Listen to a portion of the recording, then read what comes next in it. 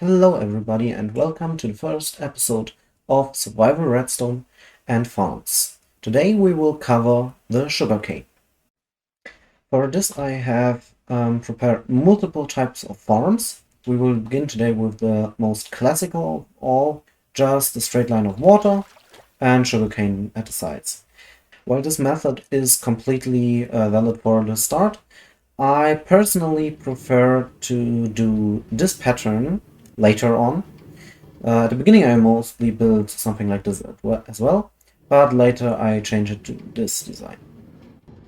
This pattern is a specific form so that you get the most sugarcane, or you can plant the most sugarcane on as less space as possible. And it consists, or it works because of a special ability of sugarcane. Because sugarcane only grows next to water source, not here. If I click here, it won't be placed there, only next to the source. So there is a specific form. It's basically like an L. You could go up to and one to the side. It's like the jumper in chess. Because if you do it like this, then you can plant it next here. Again, 2 blocks up, 1 to the side, here. And you can repeat this all over, because if we do the same thing over here, so 2 to the side, 1 up, then we can place it here. And if you do this often, you get such a pattern. And this is actually more efficient, like this one here, like I will show you in a second. By the way, what you can see here is I put slabs onto the water sources.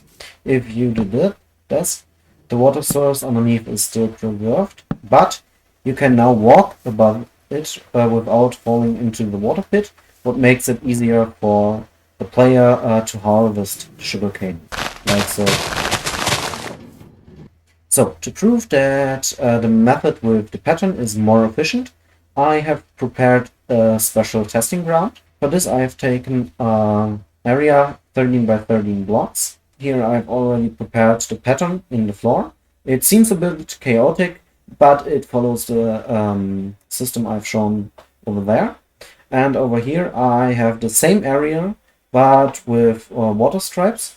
And here it's more efficient actually to do it like this, because here you have 2 places where the sugar can grow, and here only 1. So this is more efficient here. So we are going to do this. And now I'm going to place sugarcane over here. I've taken a command block for this. That makes it easier for me. Now I've just removed all the sugarcane that is not necessary or that has been dropped. And as you can see now, only the places where the sugarcane can actually grow, there is the sugarcane. Now we can break the sugarcane, go into survival mode, pick it all up,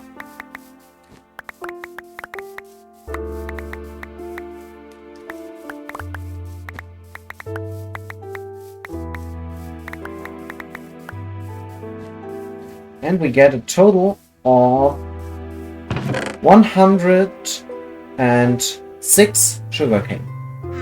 Now if we do the whole thing over here, just quickly pick it all up, we end up with a total of 96 sugarcane. That means that the pattern is around 1/10 more efficient than the sprites. But one thing we have to consider is if we quickly replant the sugarcane, here are still some areas where there isn't any sugarcane. If we quickly take a water bucket, normally if you would do such a farm, you would just place a water bucket here and could plant more sugarcane, then it would even get a little bit more efficient. So if you want to build a large-scale sugarcane farm, I would personally recommend this pattern. One thing that is way more easy with this is the planting. It is actually a bit of a pain to always follow the pattern and make it, especially in a large scale, but you see it in the results. So, if we go now one step further, we come to the redstone part of this tutorial, version, whatever you want to call it. Here I have a very simple sugarcane farm. It has one observer over here, a row of pistons to break the sugarcane, and a hopper minecart to collect it.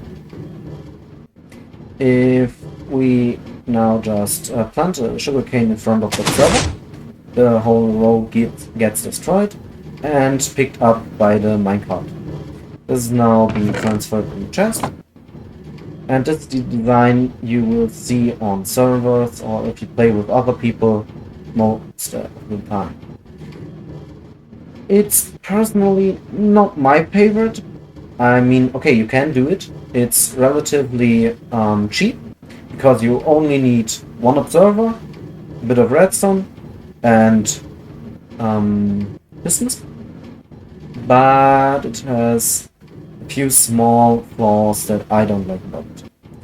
First of all, the minecart. I know it works, but I would build the rail system just like this, with a powered rail at each end, so that it will always go both ways. But this part I won't force power it, so power it all the time. But instead I would place a small or connect it to the line that destroys the whole thing. Maybe add one delay, because now if it gets broken, okay, well, make it full.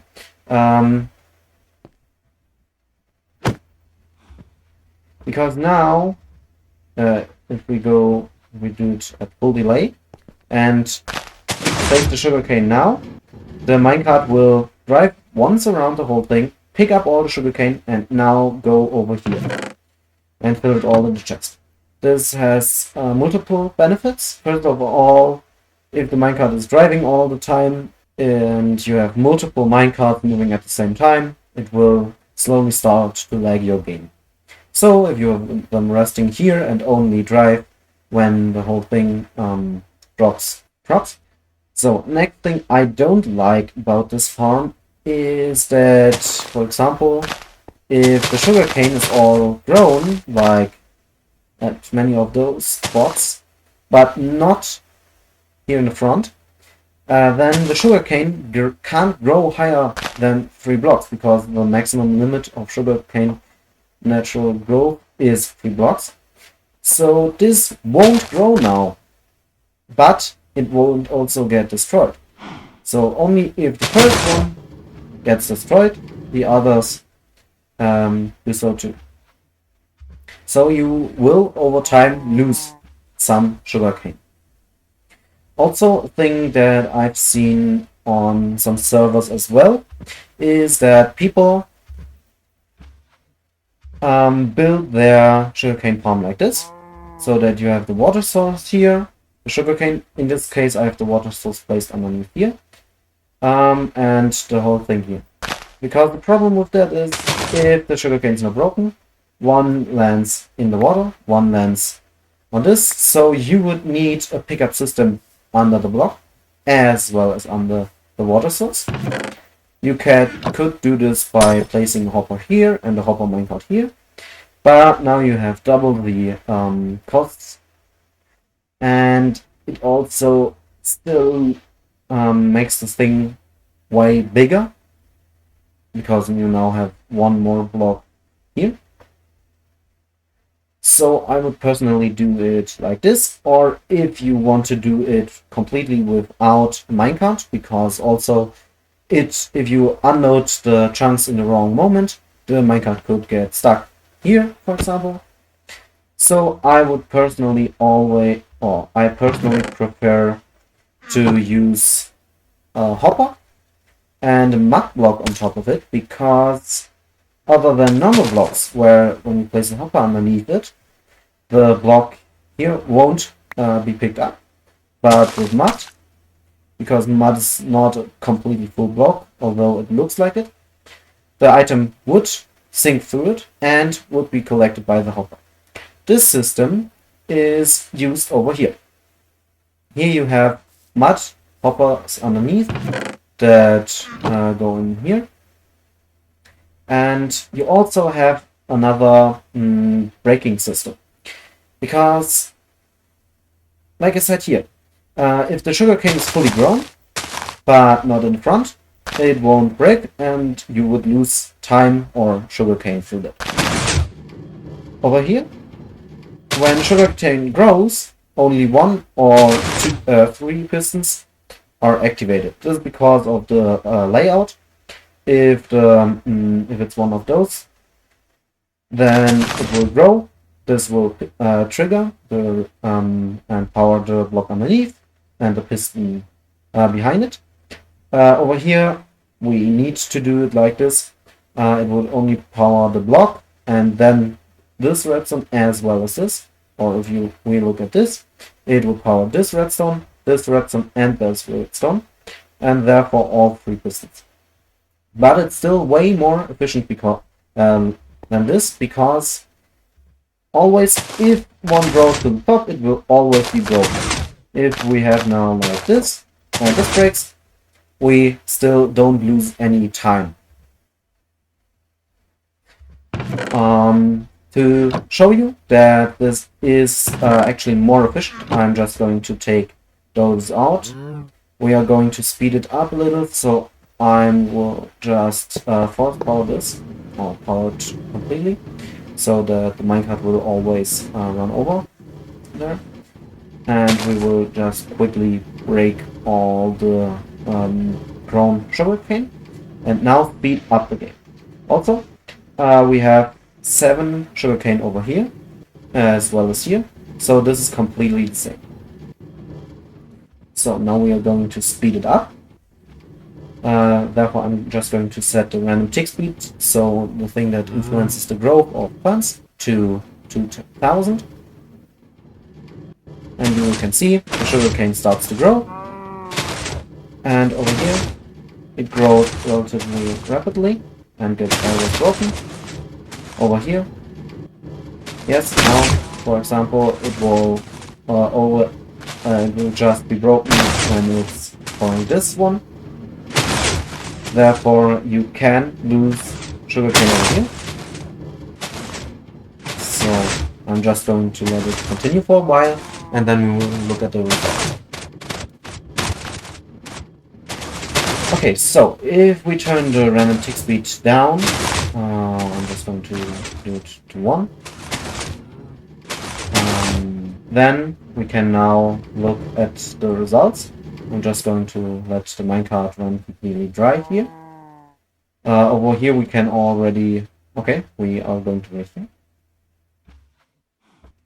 So, and if we look at the results now, I will just take those and put them in the chest here. We have 2 stacks and 33 sugarcane, while we have over here 2 stacks and 51.